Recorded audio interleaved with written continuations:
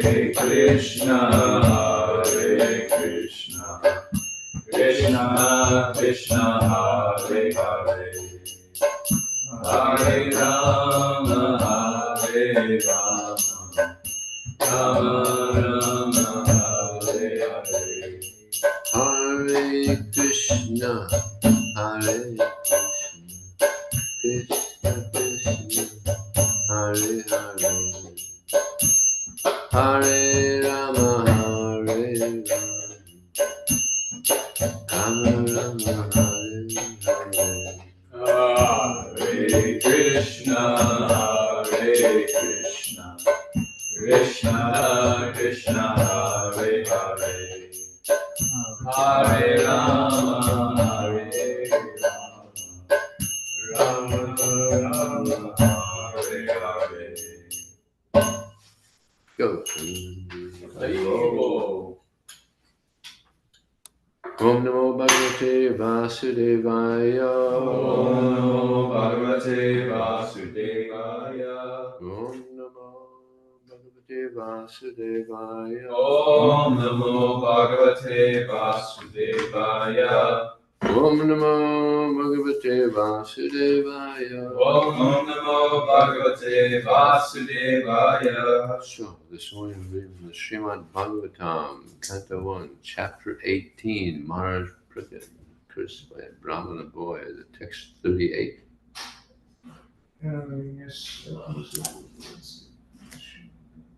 No, text 39 or 40.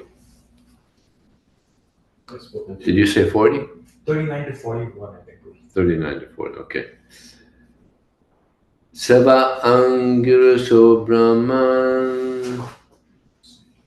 39. Prabhu, we have not done 38. Yes, No, I did. Oh, wait, oh yeah, okay. 39. 39. Yes. You guys on the right page now? Yes. 118:39. Sava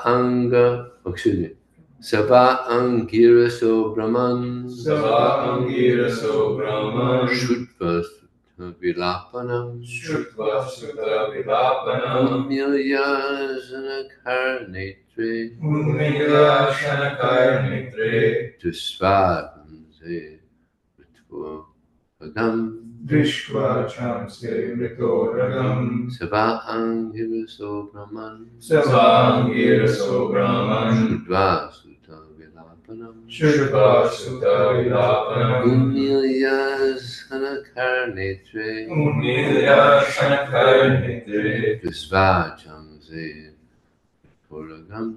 Vishwa Chamse Mritoragam. Sava Angiraso Brahman. Sava Angiraso Brahman. Shudva Sutta Vilapanam. Shutva Sutta Vilapanam. Umilya Zanakarnetre. Umila Shanakar Nitre. Tusvachamse Puragam. Drishva Chamse Mritoragam. Anybody else? Savai Angiraso Brahman. Sava Angiraso Brahman. Shutva Sutta Vilapanam. Shutva Sutta Vilapanam. Umilya Sanakar Netre. Umilya Sanakar Netre. Drishva Chamse Mritoragam. Drishva Chamse Mritoragam.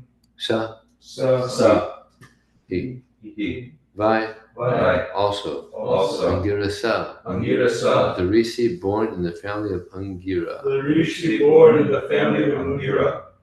Brahman, Brahman. Oshanaka. Oshanaka. Shudva, Shutva. on hearing. On hearing. Shutta, Sutta. his son. His son. Vilapanam, Vilapanam. crying in distress. Crying in distress. Unvilya, Unilya. opening. Opening. Sanakai, Shanakai. gradually. Gradually. Netre, Netre. by the eyes. By the eyes. Drisva, Drishva. by seeing. By seeing. Cha, Cha. also. Also. Unse, Unse. on the shoulder. On the shoulder. Mrita, Mrita. dead. Urugam, Urugam. snake. Snake.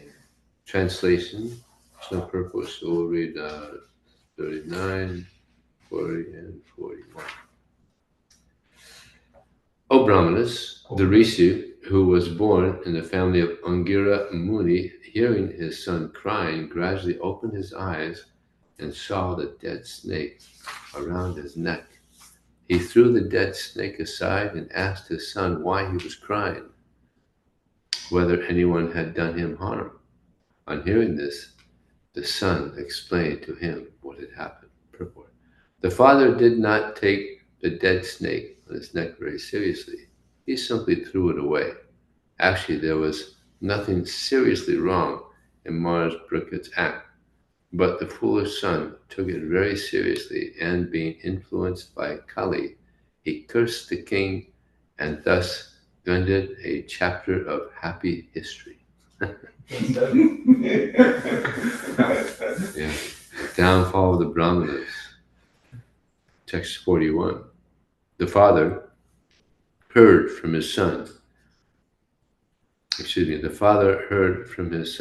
that the king had been cursed, although he should never have been condemned, for he was the best amongst all human beings. The Rishi did not congratulate his son, but on the contrary began to repent, saying, "Alas, what a great sinful act was performed by my son. He has awarded heavy punishment for an insignificant offense." Purport. The king is the best of all human beings. He is the representative of God, and he is never to be condemned for any of his actions. In other words, the king can do no wrong. The king may order hanging of a culprit son of a Brahmana, but he does not become sinful for killing a Brahmana. That's interesting. Even if there is something wrong with the king, he is never to be condemned. A medical practitioner may kill a patient by mistaken treatment, but such a killer is never condemned to death. So what to speak of a good and pious king like Mars Briket? In the Vedic way of life, the king is trained to become a Rajarsi, or a great saint, although he is ruling as king. It is the king only by whose good government the citizens can live peacefully and without any fear. The Rajarsis would manage their kingdom so nicely and piously that their subjects would respect them as if they were the Lord. That is the instruction of the Vedas. The king is called Narendra, or the best amongst the human beings. How then could a king like Mars Briket be condemned by an inexperienced, puffed up son of a Brahmana, even though he had attained the powers of a qualified Brahmana? Since Samika Rishi was an experienced good Brahmana, he did not approve of the actions of his condemned son. He began to lament for all that his son had done. The king was beyond the jurisdiction of curses as a general rule, and what to speak of a good king like Mars Briket? The offense of the king was most insignificant, and his being condemned to death was certainly a very great sin for Shringi.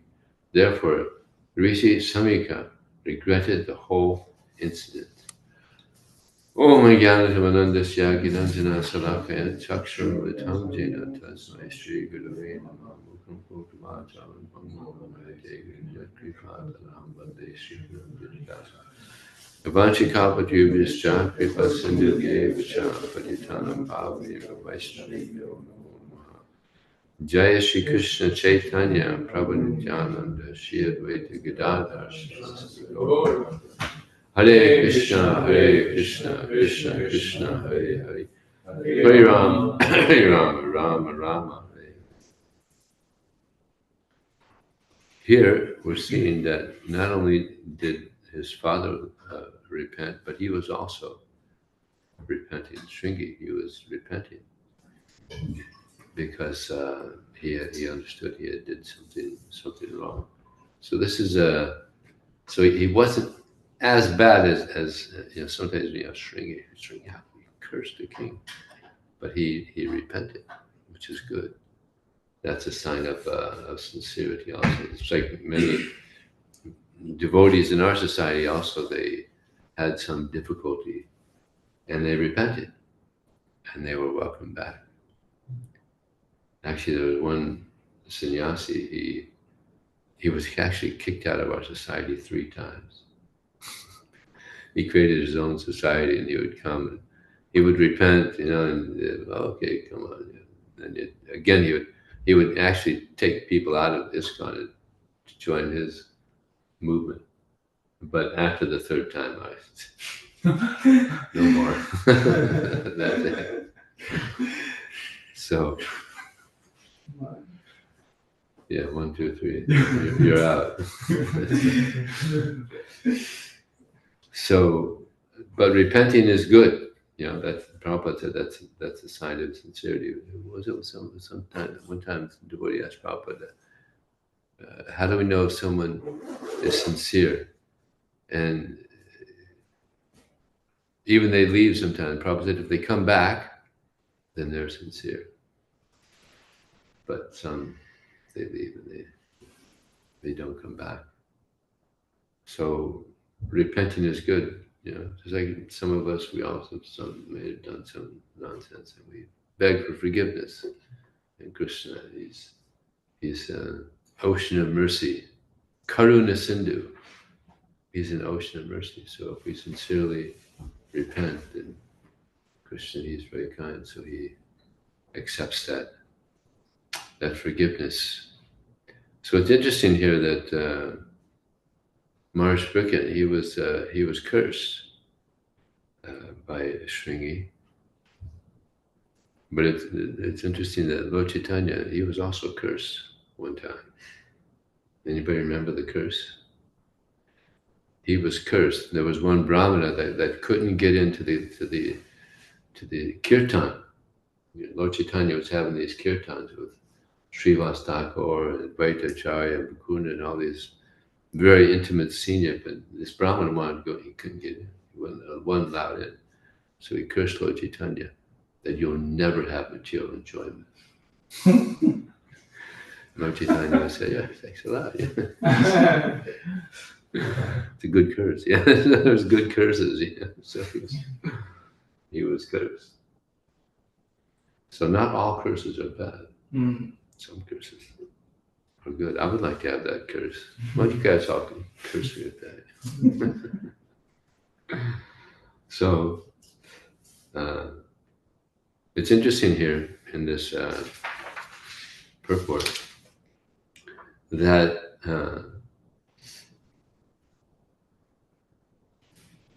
his father, he didn't approve of the actions of his son.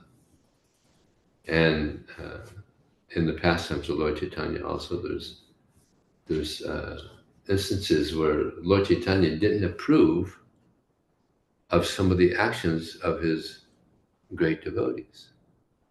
For instance, Sanatana Goswami, he wanted to commit suicide because he had this disease, he had these, pus and blood, and Lord Chaitanya would embrace him. Can you imagine? Lord Chaitanya is completely off the bodily conception of life. So he would embrace him. And Sanatana Goswami said, no, Chaitanya. But still he would embrace him. So you just think, this body is useless. Lord Chaitanya is embracing this body, but I just commit suicide. So Lord Chaitanya said, I do not approve of this. The body that you have is not yours, it's mine. And I have many plans with your body. So I do not approve of this. So Sanatana Goswami was like, well, Chaitanya knows everything. Yeah. There was also another devotee that wanted to commit suicide. I think it was Murari Gupta. Was it Murari Gupta? I think Murari Gupta, he also. Because he wasn't able to, he didn't want to disappoint Chaitanya Mahaprabhu by not being able to worship Krishna because he was so attached to Lord Rama. Yeah, he had a knife. He was going to commit suicide. And Lord Chaitanya said, that knife that you have over there, don't use it for the purpose that you were going to. He was also available, but you got to be careful about what you think, Lord Chaitanya knows everything. So he didn't approve of that also. Another thing with Sanatana Goswami that he was in jail for some time, and he was able to escape. But while he was on his way to meet with Lord Chaitanya, he met, I believe it was his brother-in-law, who gave him a nice quilt, nice, expensive, valuable quilt. So he went and he saw Lord Chaitanya. Actually, he asked his servant, I think there's a devotee outside. Looked outside. No devotee outside. He looked like, because he had the beard, he looked like kafir or Muslim. So he said, no, just some Muslim out there. No Chaitanya would know this. So when he saw him, he embraced him. So I was thinking, who's this? The devotee saying, who's this? So then he said, you should shave. And he told the devotee, give him some clothes. But he would only take he just took like half of a dhoti, like his Goswami, they were just up to the knee or something. But he still had the quilt, and Lord Chaitanya was looking at the quilt, and Sanatana Goswami, he could sense that he doesn't approve of this quilt that I have. He's probably pretty wealthy because his brother-in-law was quite wealthy. He was actually going to give him some money. He said, no, sorry. At least take this quilt. So Sanatana Goswami is very intelligent. He could see that Lord Chaitanya wasn't appreciating that. So he went to the riverbank and he saw one poor person. He had a holy quilt there, old. He said, "Oh, please, can I trade? I want to give you this quilt for your quilt." And he said, "Well, you look like a respectable gentleman. Why are you joking with me like this?" So why are you joking with me like this? No, I'm serious. Can we trade? Said, all right. So he got a nice expensive quilt, and he got the holy old quilt. And Lord Chaitanya saw that, he was pleased. Now you've given up your last of your material attachments. So he didn't approve of that. And Krishna Lila, anybody think of something that Krishna didn't approve of? Arjuna, he wanted to just become a mendicant. He didn't want to fight. Why? Because actually what he was being asked to do is also pretty amazing. He was asked to kill Bhishma, which is Bhishma, like the most respected person on the planet practically.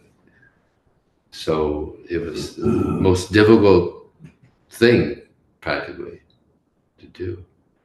So he wouldn't fight. So Krishna, he didn't approve of this. So then upon hearing the Bhagavad Gita,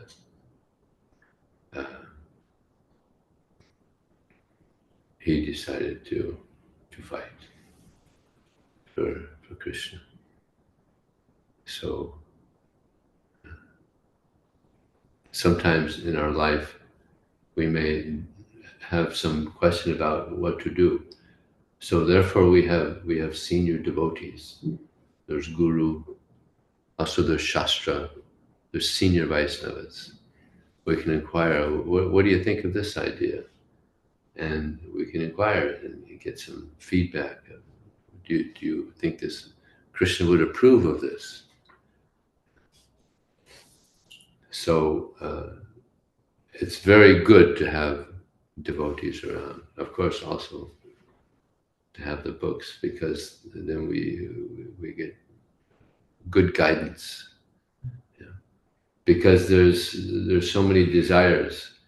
There's material desires and there's spiritual desires. What's a material desire? A material desire is something that Krishna doesn't approve of.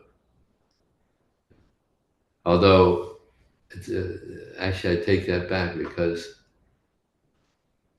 it wasn't a material desire that Sanatana Goswami had, to have that quilt. He was offered it, and take it. But something even more interesting is, when Lord Chaitanya was having these nocturnal kirtans, so many people wanted to join. And there was one Brahmana who lived only on milk. And he begged Srivas Thakur, please, por favor, coming from Mexico, please, allow me to be in this kirtan just one night. So he's begging. He's very humble, very nice, gentle Brahmana. So Srivas Thakur was conquered by his devotion. He said, okay, I'll sneak you in, and you could hear the kirtan. So he got in, and he's hearing the kirtan. He's so ecstatic. Just imagine the kirtan with Lord Chaitanya, Vaitacharya, Mukunda, Srivas Thakur, all these great devotees. But then Lord Chaitanya said, I'm not feeling bliss. There's someone here that shouldn't be here. Anybody here that shouldn't be here? I'm not feeling bliss. So then Srivas Thakur said, well, there's one Brahmana here. He lives off only milk. He just drinks milk. And Lord Chaitanya said, give him up. You cannot achieve perfection just by living off milk. Give it up. So he had to leave. So that wasn't a material. Lord Chaitanya didn't approve of it, but it wasn't a material desire. It was very pure desire. He wanted to be there. So he's leaving. He's gone, but he's still so ecstatic. I got the mercy. I got to hear the kirtan of Lord Chaitanya Mahaprabhu and all the Vaishnavas. He was so happy. So Lord Chaitanya, again, omniscient. So he told Srivas Thakur, tell him to come back. It's okay. He was humble. He wasn't offended or anything. He was just so grateful that he got that. He got those moments of hearing the nectar. So Lord Chaitanya is also very merciful, called him back. So again, he joined the kirtan again. And there was another instance where Lord Chaitanya is in the kirtan, and again, I'm not feeling bliss. There's somebody here that shouldn't be here. No, just us, Lord Chaitanya. So no, I'm not feeling bliss. And then Srivas Thakur was looking. I think he found an elderly lady under a basket or something. So Scribe pulled her by there. Come on, get out of here. She got the mercy. It wasn't a material desire. She wanted to be there to get the. We also, whatever it would take, to get the mercy, we would want. Right? So material desire is a desire that Krishna does not. It's just like there's this verse, Anukoyasya Sankalpa, Pratikoyasya Varjanam, Rakshishiti Visvashu Gopta Tevisanam.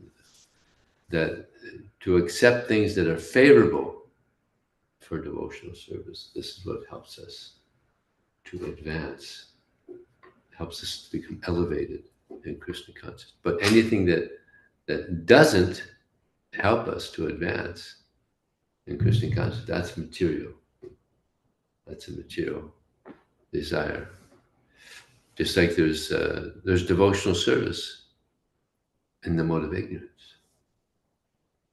Lord Kapila explains. So what would be devotional service in the mode of ignorance? There was, in Laguna Beach, there was some devotees who joined, and previous to their joining, they were drug dealers. And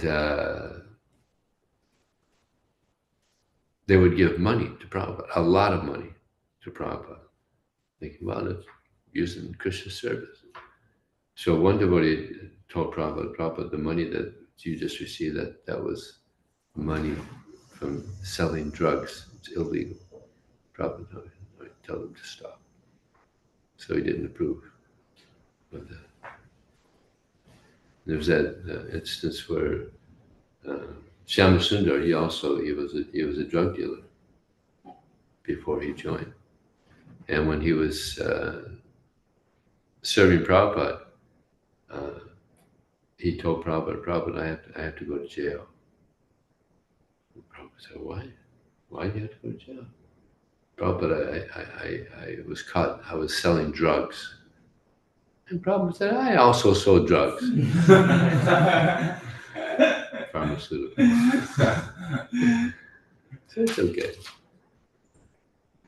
Prabhupada, I have to go to jail. That's all right. Krishna was born in jail. But a lot of people find this hard to understand. You know, God is born in jail. Yeah. But this is Krishna. He's very interesting. So, yeah, there's certain things, just like there was a devotee that he said, Prabhupada, you know, this process, this movement is so nice. And we have such a nice philosophy. But if we could just have 3 regular principles instead of 4, it would really grow like it. And there's many movements like that. They have no gambling, no intoxication, no meat eating, and that's it. I was just listening to a dialogue with Rina Nandamars and the Swami there. And he said, yeah, we follow everything, but yeah, not the illicit sex. You know? That's not part of it. So a lot of movements are like that. So this devotee was also Prabhupada. We could just have these 3, you know, regular principles. And Prabhupada said no. He didn't approve. So he kept on kind of, Prabhupada, please, if we could just reduce the principles. No. So eventually Prabhupada said, if this is what you want, you can go out and you can start your own society.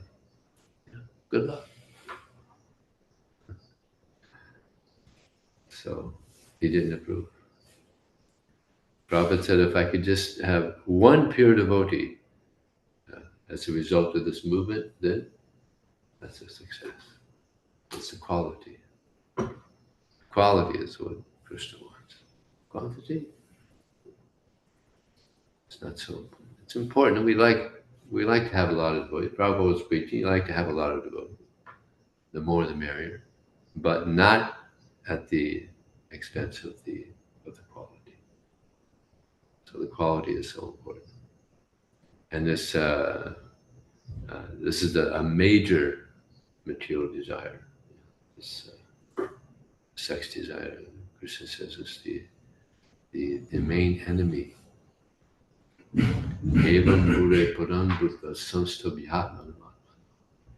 Knowing oneself to be transcendental in the material senses, mind, intelligence. Once you carefully engage in Krishna consciousness and slay this formidable enemy known as lust. Formidable enemy known as lust, a great enemy. So this is just like we had so many sannyasis, and Prahlad Swami, who's the minister of sannyasis, said about half of them had fallen down, but they didn't fall down because they couldn't control their desire to gamble, right?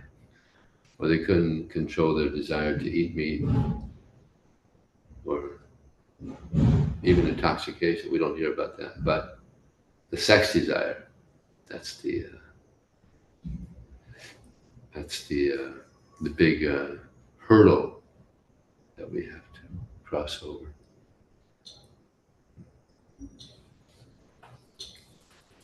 But if you think about it, this process is so nice. We're getting so much information about how we're not the body. Probably give so many nice analogies. Recently, I was reading this Mukunda Malastrata, and he probably gives the example of matter. He gives the example of a doll. You just have a doll, and then you have a human being, and then you have Krishna. So the doll is just matter. Human being is matter and spirit, because the soul is there and the body is there. But Krishna, he's just spirit. But without the soul, it's just dead matter. So the soul is what is most important. And I was just listening, Prabhupada said that everybody loves themselves. Therefore, we protect our body. We protect ourselves in any whatever. We love ourselves. Why? Because we're part of Krishna. Because we're part of Krishna. So, the highest level of love is love for Krishna. And what's interesting, it's there in the hearts of everyone. Nitya Siddha Krishna Prema Satya Kavana Shravanari Suryachite Koryo. It's there, it's dormant in the hearts of all living entities. It just has to be reawoken. Just like within fire, within wood there's fire. It just has to be ignited. So this process, this hearing and chanting, hearing the holy name and reading Prabhupada's books, this brings out this fire of devotion to Krishna. But we have to be patient also. We have to be patient. Enthusiastic to chant, to hear, to serve. Patient at the same time. I was given a class in Germany many, many years ago, and I was explaining how the name of Krishna and Krishna, they're non-different. And this guest, I find this inconceivable. The name of someone and the person are non-different. So I said, well, you have to be a little patient. You have to practice.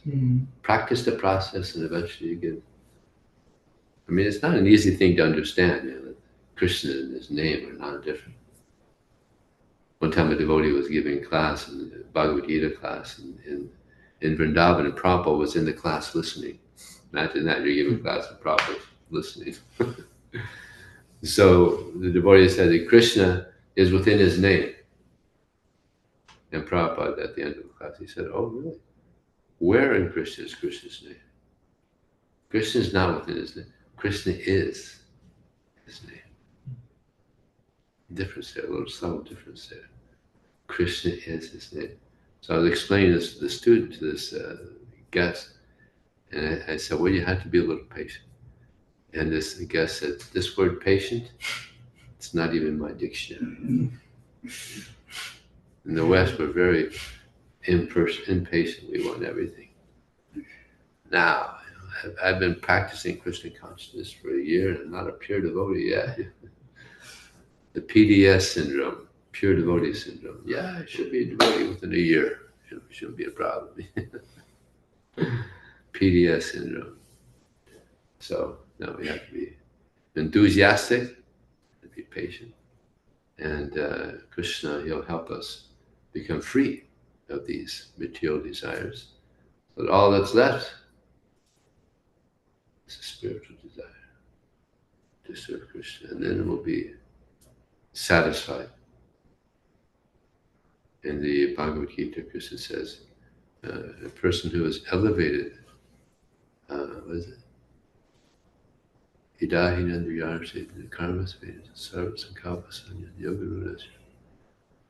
it? One is understood to be elevated in Krishna consciousness when, having given up all material desires, he acts neither for sense gratification nor for fruitive activities. So, of course, we have senses that we want to satisfy, but only in relation to Krishna. It's like we have nice prasadam, pizza. So we offer to Krishna. Krishna enjoys it first, and then we honor. So many nice foods that we eat, but first we offer it to Krishna. Otherwise, it's stated that that if we eat food which is not offered to Krishna, we're eating sin. We're actually eating sin. But when we offer to Krishna, it becomes prasadam, and we get purified. It's amazing. It's interesting that you can have an apple that's not offered to Krishna, and right next you got an apple that's offered to Krishna. One, you eat the one that's not offered, you're eating sin. The other one, you're getting purified.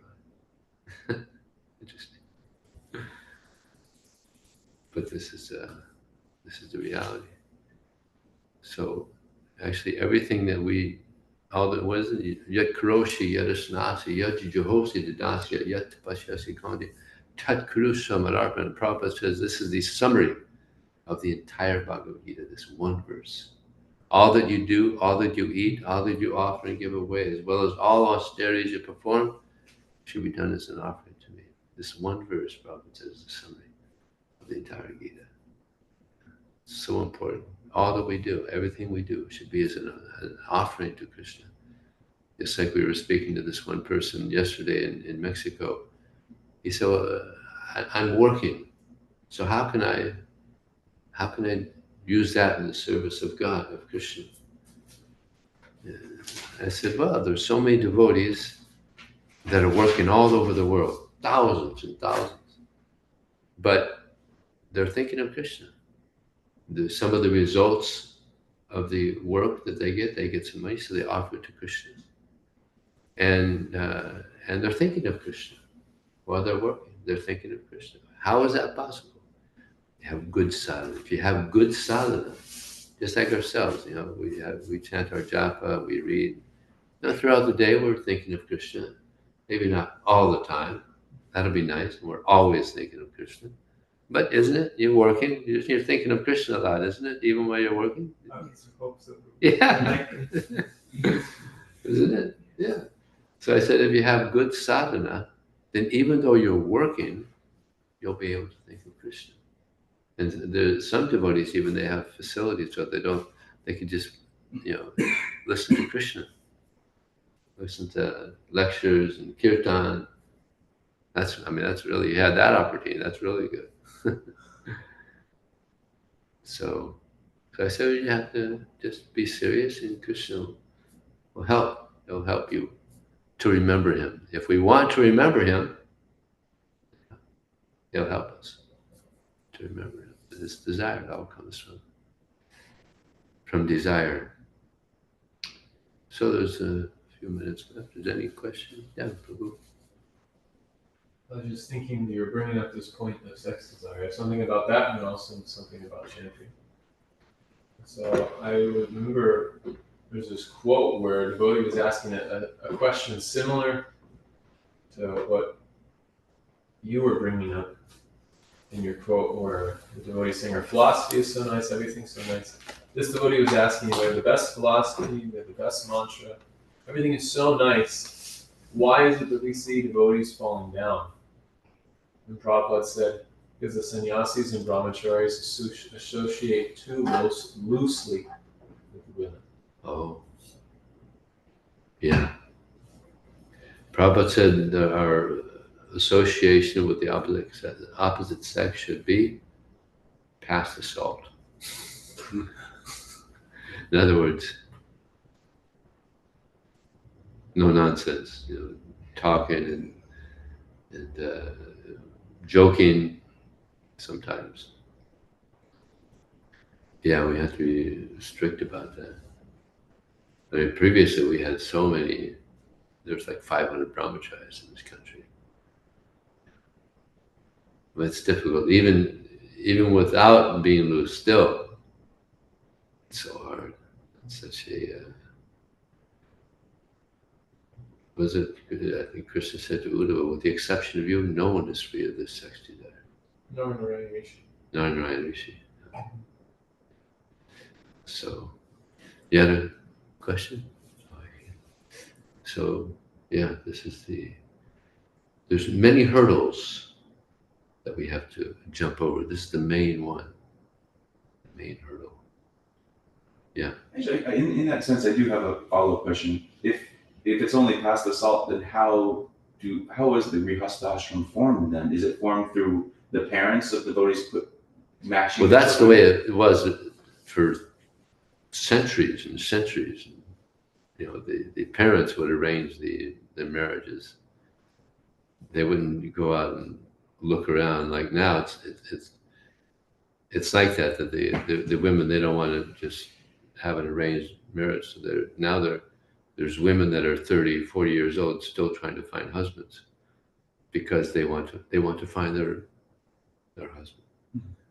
It's a major problem in India now, isn't it? It's a major problem all over the world. Actually, there's so many women, they don't have husbands because they're thinking, I'll just I'll find my husband. I'll find him. But it's not working. So it's a great arrangement. They do some astrological calculations, and they put them together. And there wasn't any divorce until 50 years ago. I think it was allowed then. After 50 years ago, then they allowed divorce. But there was no divorce, no such no thought never even crossed their mind. Divorce, but now it's terrible. So much divorce, and then the families, the kids, separated from the parents. It's just like ruins their life for a child to grow up without their loving parents. So this is Kali Yuga. It just gets worse and worse. So Prabhupada was explaining how in the Grihastha life, that if you want to have a child, then you only can try once a month to have a child. And one devotee said, well, then probably just better forget the whole thing, Prabhupada. He said, yes, that's the point. Just forget the whole thing. That's the best thing. Just forget the whole thing. Remember Krishna? Forget the whole thing. But he said, even illicit sex, practically the same thing. Because you're trying to satisfy, trying to enjoy this world. There's no pleasure in this world. It's such a terrible place. If we can just, devote ourselves to Krishna, then we save ourselves so much trouble, and we go back home. Yeah. So one thing about this hearing process, recently I was doing some research for my Guru Maharaj in Vrindavan regarding sound. Mm-hmm. And just recently, like last week actually, I came across this verse from the Chandogya Upanishad, which explains that just as veins flow through a leaf, in the back of a leaf, you can see the veins flowing through a leaf. In the same way, Om pervades all Vak, all speech. Om.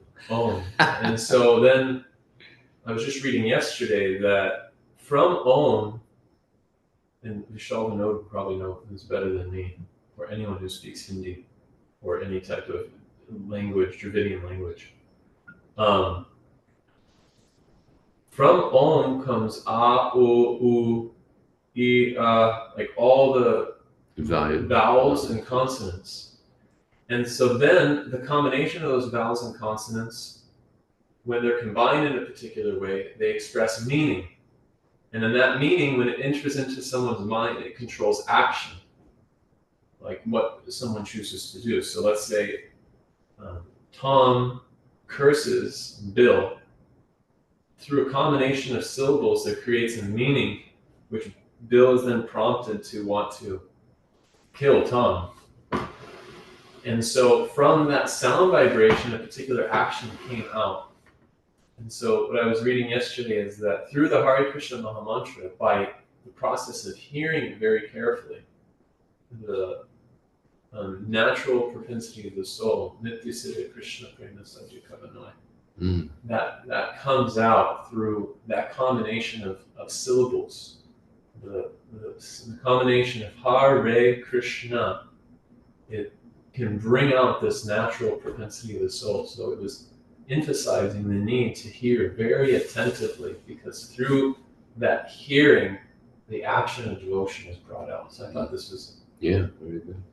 Yeah, attentive hearing, and not only the Hare Krishna mantra, but reading attentively and hearing lectures attentively. Yeah, it's all about attention. Yeah, thank you. That was good. Okay, thank you very much. Srila Prabhupada, Ki Jai.